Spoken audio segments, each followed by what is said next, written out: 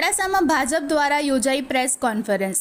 જિલ્લા ભાજપ કાર્યાલય ખાતે યોજાઈ બજેટલક્ષી પ્રેસ કોન્ફરન્સ। જિલ્લા ભાજપ પ્રમુખ ભીખાજી ઠાકોરે આપી માહિતી। બજેટ પ્રચાર અભિયાન 2026 અંતર્ગત જિલ્લા કક્ષાએ યોજાઈ પ્રેસ કોન્ફરન્સ। આ બજેટ ભારતના વિકાસમાં સાચી દિશામાં એક મજબૂત પગલું।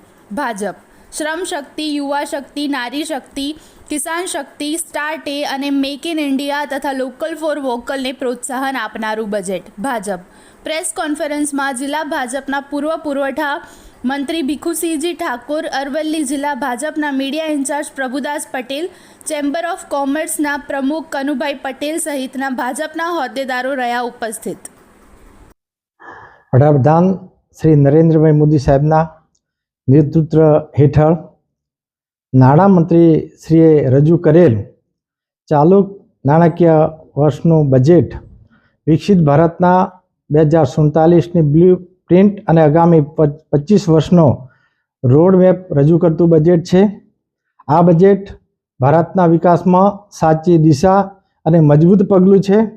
ભારતના આત્મનિર્ભર બનાવવાના ઉદ્દેશથી મજબૂતાઈથી આગળ વધવામાં આ બજેટ ખૂબ જ ઉપયોગી થઈ પડશે।